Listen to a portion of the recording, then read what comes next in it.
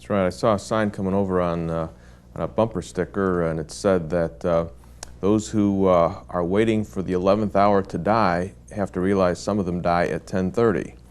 And people aren't prepared. But if there is a deception in the good experiences, what kind of deception, what is the purpose of it, where is it leading? I think one of the things that we really have to be careful about in evaluating these experiences is that what is interpreted as a result of a very brief near-death experience is extended into a comprehensive view of what it's like to die. And biblically, that's not true. Jesus talked about a real place called hell that was eternal and a real place called heaven that was eternal. People that have positive experiences, there are two things here. One, the experience itself can be deceptive because it is so blissful, and the false interpretation is placed on it that this is something that tells me death per se is good. But these people have not experienced biological death, only clinical death, only a near-death experience, not real death.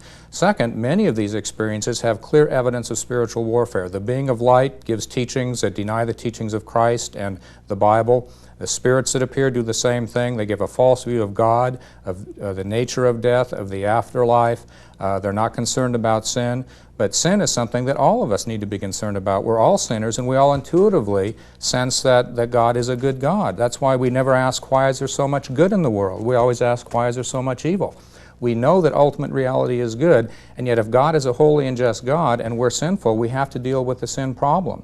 And Jesus did that on the cross, and that's why we have to believe in what He said and what He did. The near-death experience tells us not to fear death, that we don't have to believe any of that, that there is no consequence for sin. And therefore it's deceptive from the perception of what God has already told us is true about death.